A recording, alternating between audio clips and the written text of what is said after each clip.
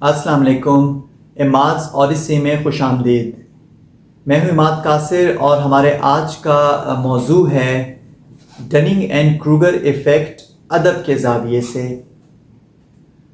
Safe الدین safe نے کہا تھا، سیف انداز بیاں رنگ بدل دیتا ہے، ورنہ دنیا میں کوئی بات نئی بات نہیں. شاعر کا وجدان بہت سی ایسی چیزیں، بہت سے ایسے گوشوں سے نقاب اٹھا دیتا ہے جس سے ماہرین نفسیات یا سائنسدان بہت بعد میں تھیوریز کی مدد سے ثابت کرتے ہیں. ایسی ہی ایک تھیوری 1999 میں دو ماہرین نفسیات ڈننگ اور کروگر نے پیش کی، جسے ڈننگ اینڈ کروگر ایفیکٹ کہا جاتا ہے. اور اس تھیوری کی روح سے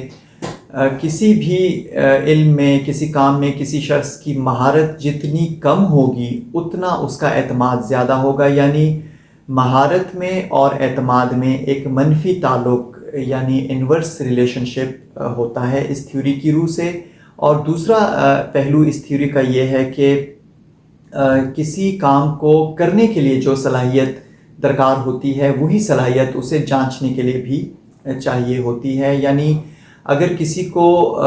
موسیقی کے میوزک کے رموز کا نہیں معلوم، اسے پتہ نہیں ہے، تو وہ یہ نہیں بتا سکے گا کہ کوئی کسی گانے کو گاتے ہوئے سنگر کہاں پہ بے سرا ہوا ہے. اب یہ تھیوری تو پیش کی گئی تھی 1999 میں، لیکن ہمارے بہت سے شعراء نے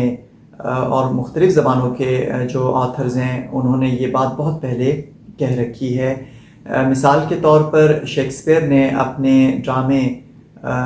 ایز یو لائک اٹ میں کہا تھا کہ دا فول ڈتھ تھنک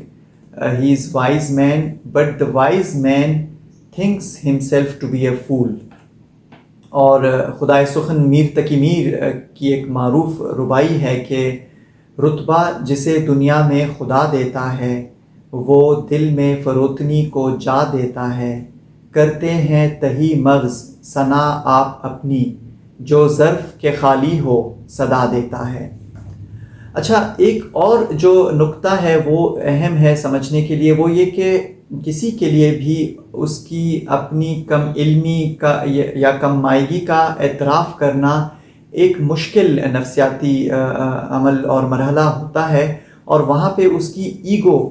آتی ہے سامنے اور وہ ہرٹ ہوتی ہے. تو اس لیے اپنی ایگو کو مطمئن کرنے کے لیے وہ عام طور پہ یہ مشاہدہ ہے کہ وہ اس جس فن یا جس علم کی بات کی جا رہی ہے تو وہ اس میں خود کو عقل کل گردانتا ہے شخص. عام تاثر، عام ایک مشاہدہ یہی ہے. اور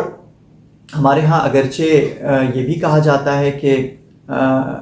fake it till you make it, بہت سے موٹیویشنل اسپیکرز اس بات پہ زور دیتے ہیں. وہ ہمارا آج کا موضوع نہیں ہے، اس پہ کبھی بات کریں گے کہ ایسی صورت میں ہمارا سب کانشیس مائنڈ کس طریقے سے اس میں سارا ایک اس کا سلسلہ ہوتا ہے، وہ ایک الگ موضوع ہے. لیکن ہم اس ڈننگ اینڈ کروگر ایفیکٹ کے ریفرنس میں جب بات کرتے ہیں تو ہم دیکھتے ہیں کہ جیسے تھامس ایڈیسن نے بھی کہا تھا کہ جینیس از 1% انسپریشن اینڈ 99% پرسپریشن. اچھا، اب ہم دیکھتے ہیں کہ جیسے ہمارے ہاں مثلاً سودا کا ایک شعر ہے کہ سودا جو بے خبر ہے وہی یاں کرے ہے عیش، مشکل بہت ہے ان کو جو رکھتے ہیں آگہی. اب آپ نے محسوس کیا کہ جب آگہی ہوتی ہے تو مشکل ہوتی ہے. اور یہ جو Dunning and Kruger effect theory ہے، اس کا یہ کہنا ہے کہ جب علم جتنا کم ہوگا، مہارت جتنی کم ہوگی، اعتماد اتنا زیادہ ہوگا. پھر جو علم بڑھے گا تو اعتماد کم ہوگا، کیونکہ یہ ادراک ہوتا چلا جائے گا کہ ابھی بہت کچھ ہے جو مجھے نہیں معلوم. اور پھر ایک ایسا موقع آتا ہے کہ جہاں پہنچ کر یہ جو شخص ہے جو اس علم کے حصول کے لیے کوشش کر رہا ہے، اس کو پھر یہ احساس ہوتا ہے کہ اب اس کے پاس ایک کافی علم تو آ گیا ہے کسی بھی حوالے سے، لیکن اسے پھر بھی یہ ایک ادراک ضرور ہوتا ہے کہ وہ حرف کل یا حرف آخر یا عقل کل نہیں ہے. یہ ایک بہت اس کا ڈیلیکیٹ نقطہ ہے اس تھیوری کا. میں آپ کے سامنے غالب کے 3 مقطع پیش کروں گا اور پھر ہم اس پہ بات کریں گے. غالب کہتے ہیں کہ یہ مسائل تصوف یہ تیرا بیان غالب، تجھے ہم ولی سمجھتے جو نہ بادہ خار ہوتا. ایک اور مقطع ہے کہ ریختہ کہ تم ہی استاد نہیں ہو غالب، کہتے ہیں اگلے زمانے میں کوئی میر بھی تھا۔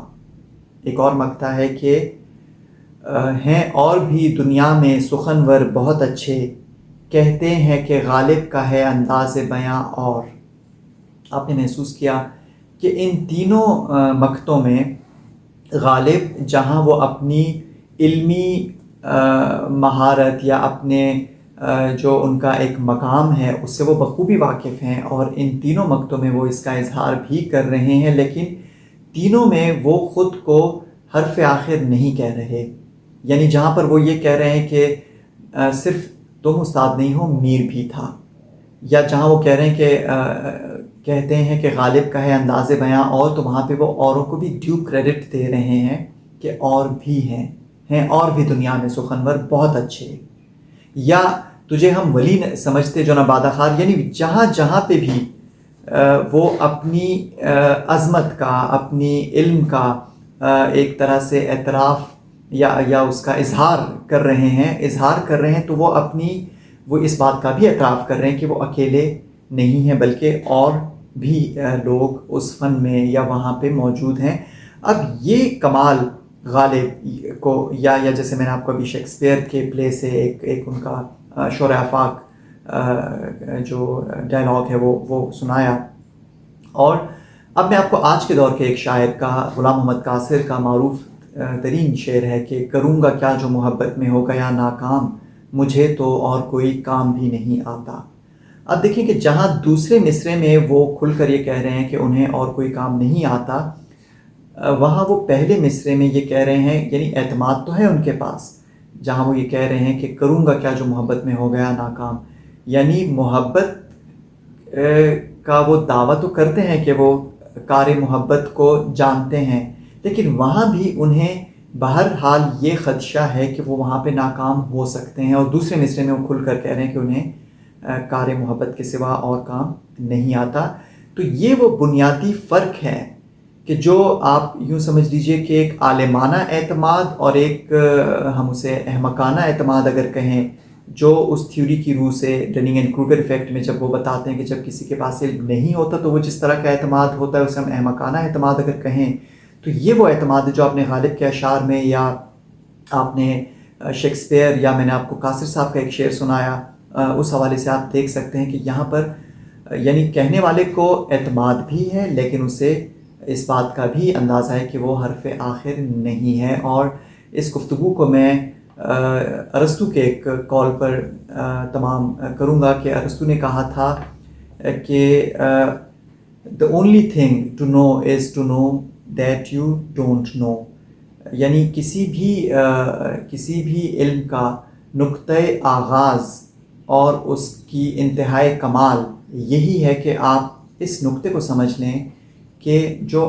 آپ کچھ نہیں جانتے، کیونکہ جب آپ اس نقطے کو سمجھ لیتے ہیں کہ آپ کچھ نہیں جانتے تو وہیں سے جاننے کا عمل شروع ہوتا ہے۔ بہت شکریہ۔